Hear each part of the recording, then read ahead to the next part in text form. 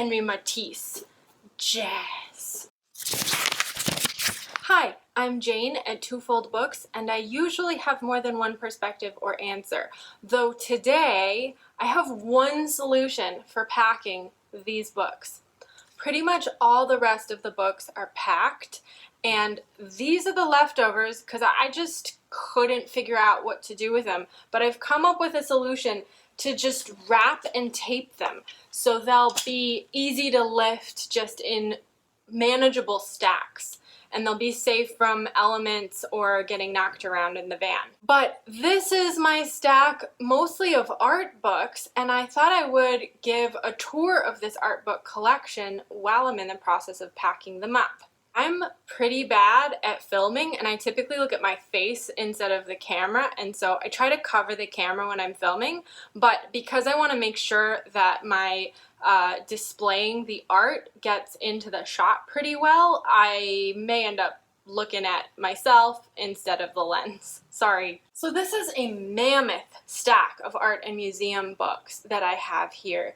And people usually have one or two that are coffee table books. Maybe they got them at a gift. Maybe they got them secondhand. I acquired these in a few different places, but ultimately they didn't come at a high cost to me.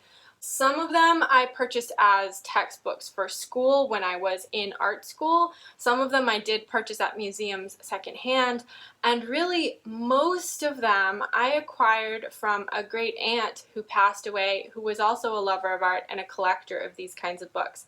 And her children and grandchildren determined that I was the person who inherited some of these books. So I think I'll do the tour first and then wrap them all up in the end, but sort of make my good piles as I'm going through. This is the piece of bric-a-brac I use as a tabletop. This one is so pretty. It's an encyclopedia of art, and you can't really see it, I don't think, but it's embossed. It's a really old book. You know, old books are just mega heavy. So it looks like Rosemary had this book from 1969.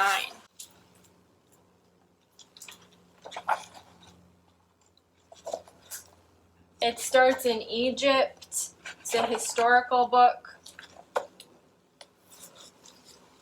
Classics. This probably would have been a good textbook, but that it would never fit on a shelf.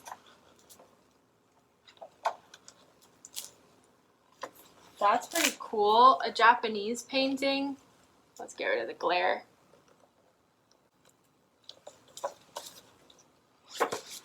And then a lot of, you know, classical paintings of a more modern era.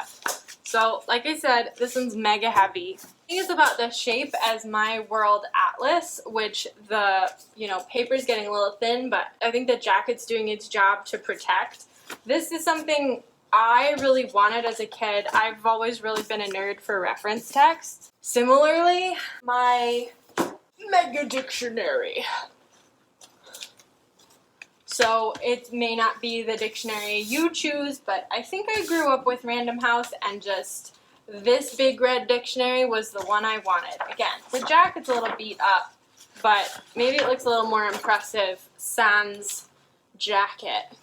Still, I'm going to put it back on for the food. I think that's a stack to itself. This next one is one that I know I purchased at a museum in New Orleans, and it's got a lot of sculpture images, but back here there was also some diagrams of like how the sculptures get assembled, which I'm a nerd for kinetic work. These are just so amazing to me. So this book is entitled Lynn Emery, Borrowing the Forces of Nature from 1996. This next one is also a museum sale book, A Spiritual Journey, The Art of Eddie Lee Kendrick. And I think that he is an outsider artist, and these things are just so colorful. Look at all of that blue. All these people.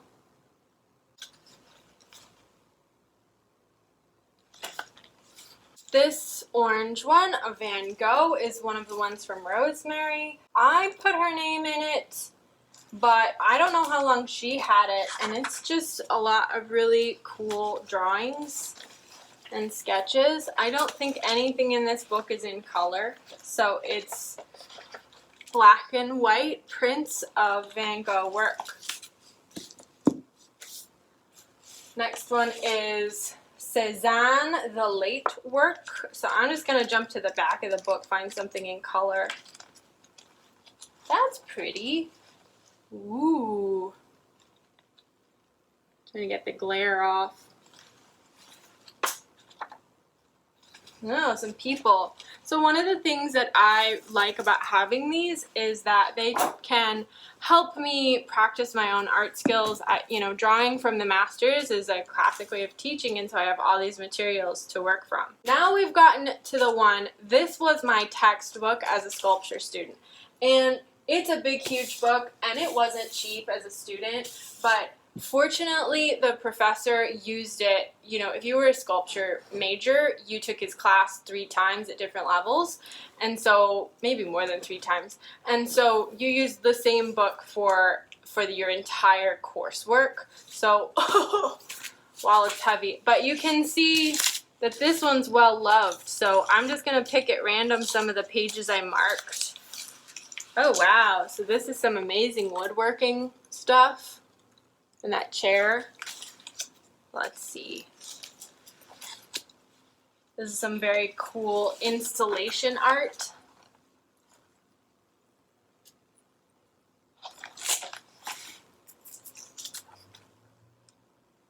I think I was marking, it looks like I marked things here of like why I liked them.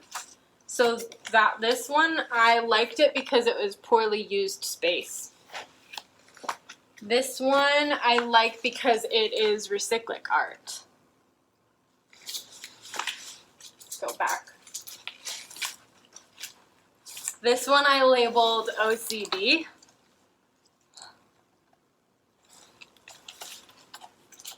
This one I thought of a friend who's an archaeologist who does some very similar art herself. So yeah, this was a really useful tool as a student, but I'm not a student anymore,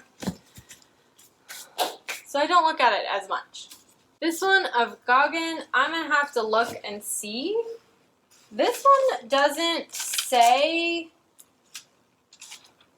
Rosemary, so I don't know. It does have these tracing paper pages in it, which I don't know, could have been me, but I don't remember doing them. So I think this might be one that I acquired on my own.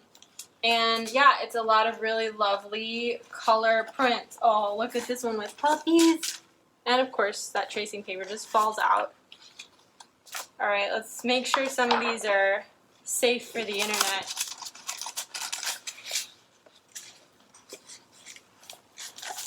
There's an interesting portrait.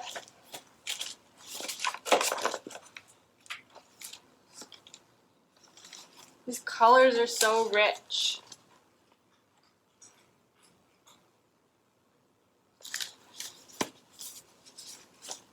So this one's skinny. I could actually take this one somewhere. You can lift it pretty easy. You can fan it. It's a good book. Let's see. And that's another stack because those are pretty heavy. I have no emotional memory of this book at all, except that the jacket is plastic and the paper is really textured. I can't even open that to get to it, and I wouldn't want to. It's well protected. So this is Hamada Potter Bernard Leach. This was one that belonged to Rosemary, and I'm gonna look for, so far it's mostly writing. And it looks like the images are in the middle and then in the back. Well, this one's cool. So this one has a lot of photographs of people. These are probably photographs of the artist. Back here we start getting images of the pottery.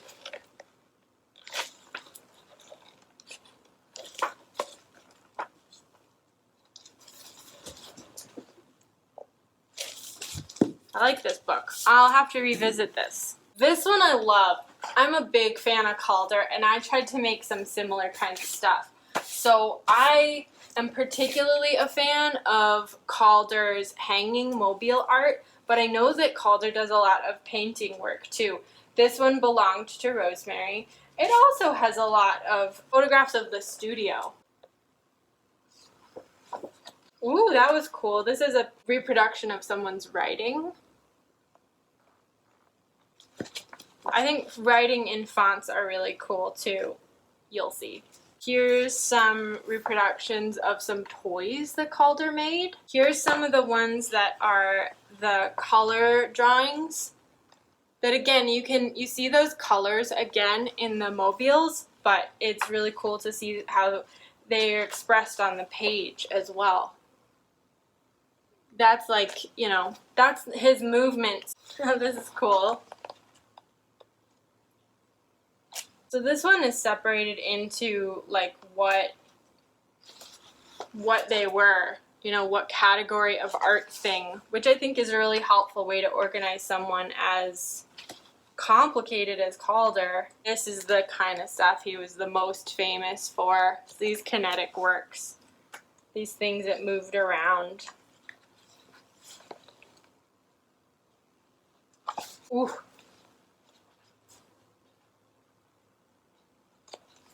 Alright, so that's Calder. I love that book. I think this is another one I purchased, but let's look inside. No, this one belonged to Rosemary.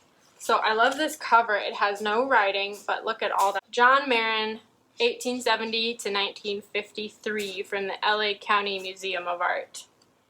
And I like how heavy the paper is. Like this feels like art paper. And then back here we get to things that are maybe a little easier to reproduce on.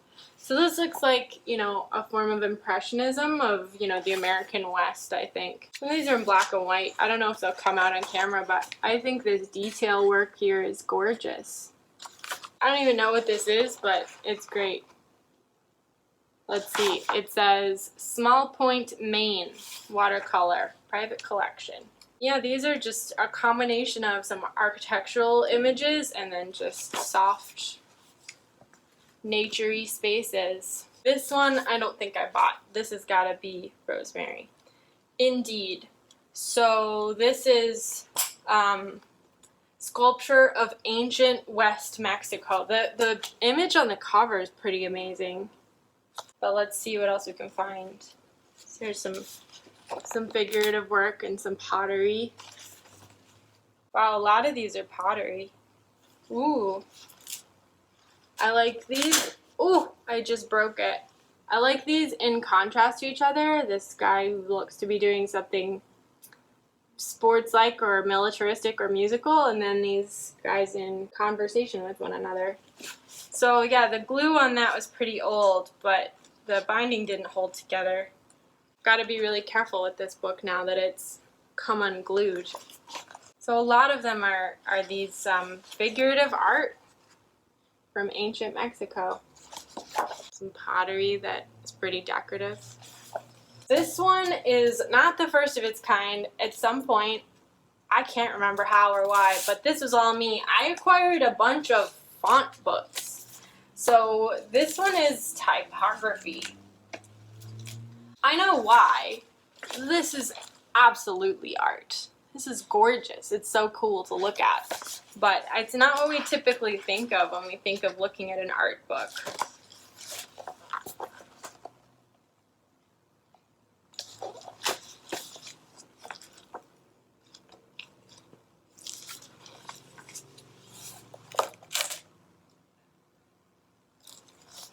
Tokyo Ink Volume 19, The Best in International Typography and Design. This is a little more what we think of as like a typography book, just really showing alphabets. But I'm going to set this one aside because I know there's more like it. This is Wyeth, who, if you don't know, Wyeth is, I believe, like just like the top American realist in most people's book. And I think this was one of Rosemary's books. I realism's not really art that I am drawn to, but I came to a fondness for Wyeth after meeting one of his proteges in a lecture in a museum, and the way he spoke about Wyeth definitely changed. See, like, realism, cool. Don't really care about that story. It doesn't really appeal to me, you know, versus a lot of what this protege did was a lot cooler. I don't have any of his, and I don't remember his name at this moment. But then there's things like this. This is more interesting.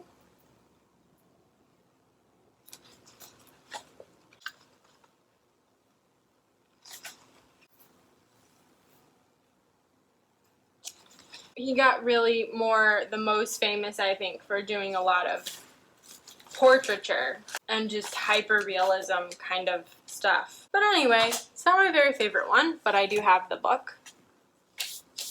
Susan Rothenberg.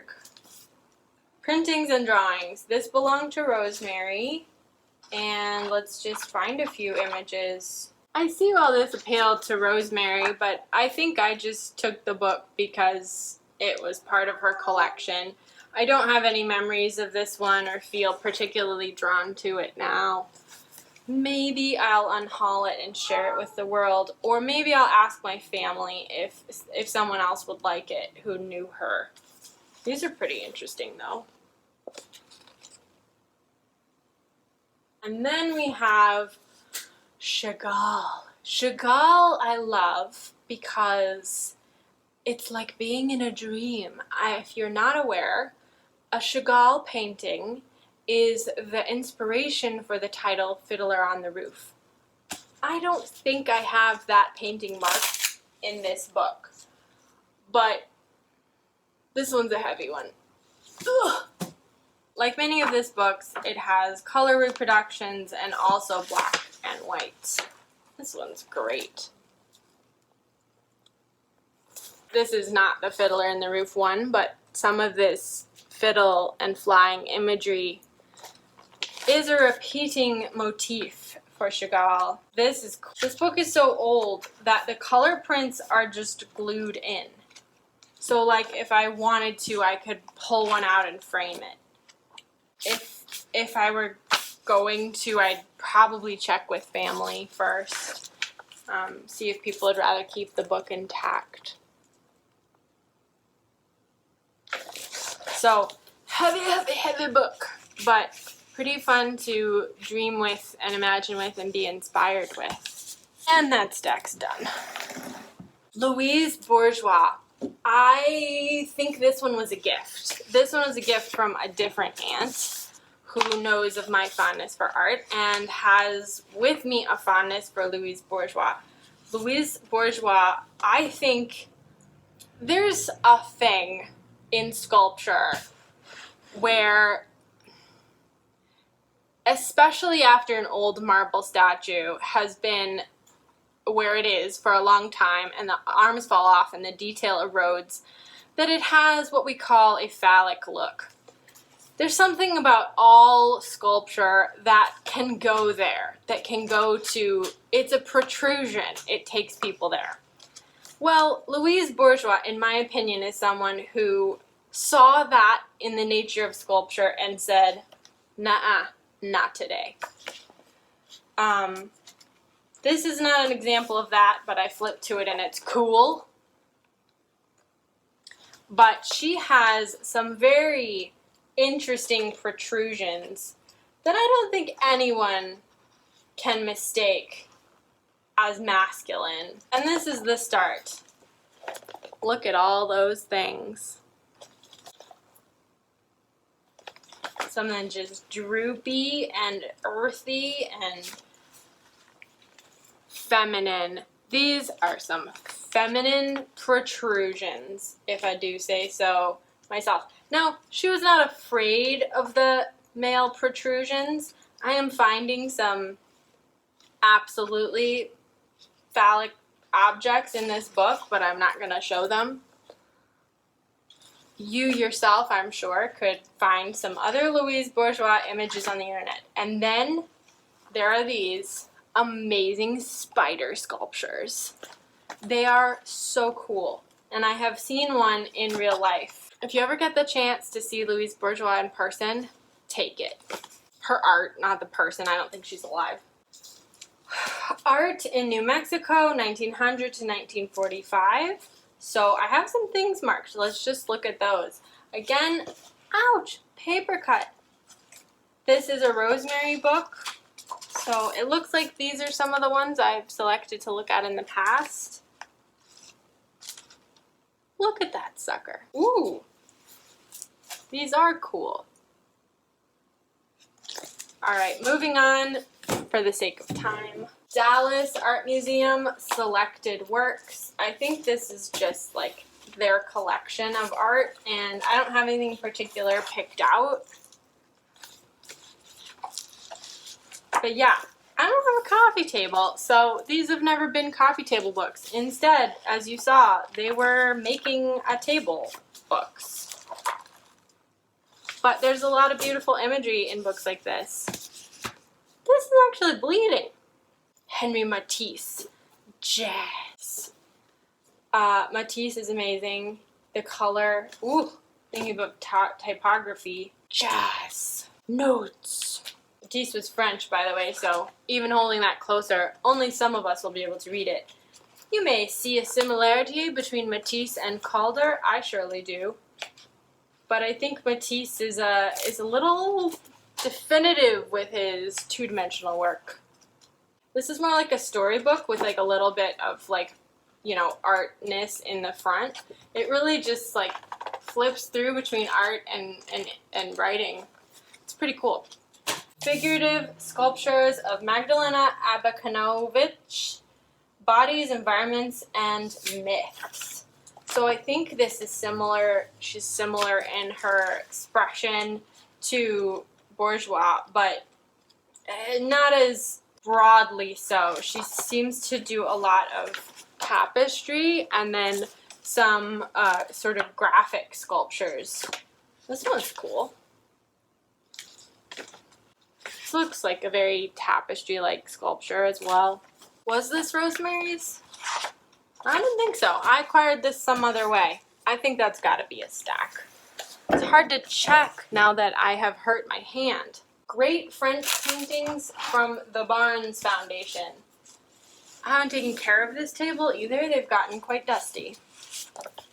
This belonged to Rosemary. Leda and the Swan, I believe. Ooh, wild.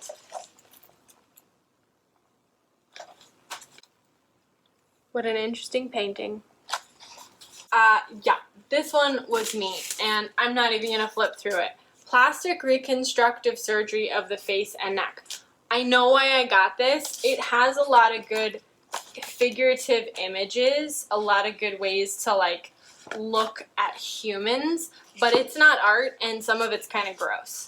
The Wanderers, Masters of 19th Century Russian Paintings. It looks Russian to me. So far, this has got more of the information and photographs of the masters. Here was the first painting I actually saw in the book. Some ambience right there. These are pretty realistic as well. Cool stuff from Russia. Maybe I could try to pair these a little different. Square books with square books. Monet and the Mediterranean. A lot of words. These could be fun to sort of work with, you know, colored pencils and try to do your own version of these kinds of images. This is the same 3 different times. They actually have the same date, but if I recall correctly, they actually were different experiences. But maybe I'm wrong. Maybe they were different approaches to the painting. Okay, yeah, so Monet never spared any effort to create a series of works once he had a concept in mind. Here, Monet painted his subject from a gondola moored in the middle of a canal to obtain more dramatic close-up effect he desired. One can imagine the difficulties required in having the gondolier resume the same position every day, so the layout in each painting would be identical. Next, we have more typography. I like the cover of this one, letterhead 4. And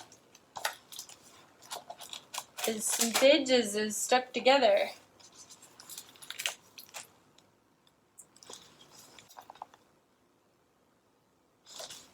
So I think I like the cover of this one so far more than I like the images within. Another Gauguin book. The drawings of Gauguin also belong to Rosemary. So, you know, we've seen some of these examples already. Seen in Solitude, Robert Kipnis prints from the James F. White collection. And this, I believe, is the man himself. He looks very serious. So these are lithographs. I went to art school, but I don't know what that means. And yeah, solitude is a good word. Some empty landscapes here, empty urban spaces. And the very last book in the art book stack is one more typography, and I think this one's got such a cool cover. This has got a lot more words and images of letters here. Ooh, look at that! I'd love those as magnets. So, the last couple in the ginormous book category are Alistair Cook's America, which was a gift for, like, you can cut this book apart. Have I done so? I have not. But, you know, you can see the collage and found art opportunities within. A lot of these are, you know, photographs. Could be pretty interesting for prints of different kinds. A lot of them show some, you know, not great moments in our history. Men in wigs to, you know, do things to in a collage. Anyway, have it. That's not what I've done with it. And this book was a gift. This is 500 Greatest Albums of All Time by Rolling Stone. And this was a gift to me in 2009. Reference material, my mother said. I was interested in writing reviews for music and movies at the time, and I do like that it has inspired me to look into music of the past that I might not otherwise have found, and I don't like all of it, but it's interesting to learn about things that used to be important to people. So that's the books. Alright, now I guess it's time to pack them up. So the rest of the video is just me packing up the books, but I'll say farewell in case that doesn't have mass appeal. Please let me know in the comments what your favorite book was, what your favorite artist was, if you have any of your own art books, if you had any better ideas for how to pack these up. Please like, comment, and subscribe. It really helps out the channel by feeding the algorithm beast. And I will see you in the next one.